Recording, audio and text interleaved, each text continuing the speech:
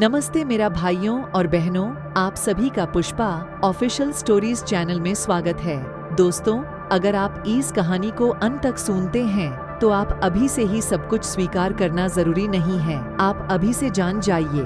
दोस्तों, आज के इस गौतम बुद्ध की कहानी से आपको बहुत कुछ सीखने को मिलने वाला है, इसलिए इस कहानी को अंत तक जरूर देखें। गौतम बुद्ध जगह जगह घूमकर उपदेश दिया करते और अच्छे विचारों को बांटा करते।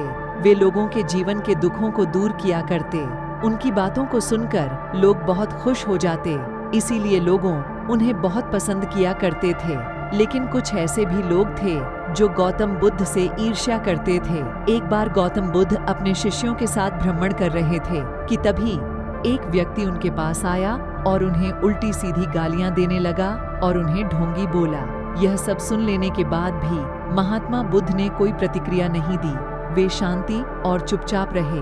ऐसे में उस व्यक्ति ने फिर से गौतम बुद्ध को उल्टी सीधी गालियां दी और उनके पूर्वजों के बारे में भला बुरा कहने लगा। लेकिन फिर भी महात्मा बुद्ध ने उसे कोई प्रतिक्रिया नहीं दी और वे शांत रहे। यह सब देखकर उनके शिष्य और आसपास मौजूद लोग अचरज में थे कि महात्मा बुद्ध उस व्यक्ति को कोई जवाब क्यों नहीं दे रहे। कुछ देर बाद वह व्यक्ति अपने आप ही शांत हो गया। उसके शांत हो जाने के बाद बुद्ध ने कहा, अगर कोई हमें तोहफा देता है तो यह हमारे ऊपर है कि उसे हम लेते हैं या नहीं।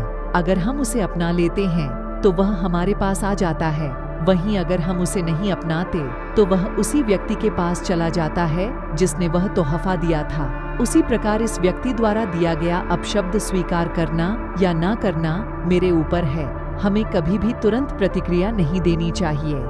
हमें हमेशा शांत होकर सही या गलत के बारे में विचार करके प्रतिक्रिया देनी चाहिए।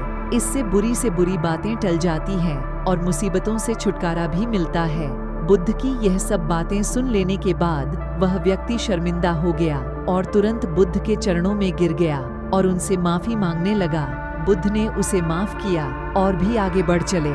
कुछ भी स्वीकार करना या ना करना हमारे ऊपर है, इसीलिए हमें जीवन के लिए अच्छी चीजों को स्वीकार करना चाहिए और वही ऐसी चीजों को अस्वीकार करना चाहिए जो हमारे जीवन के लिए अच्छी नहीं है।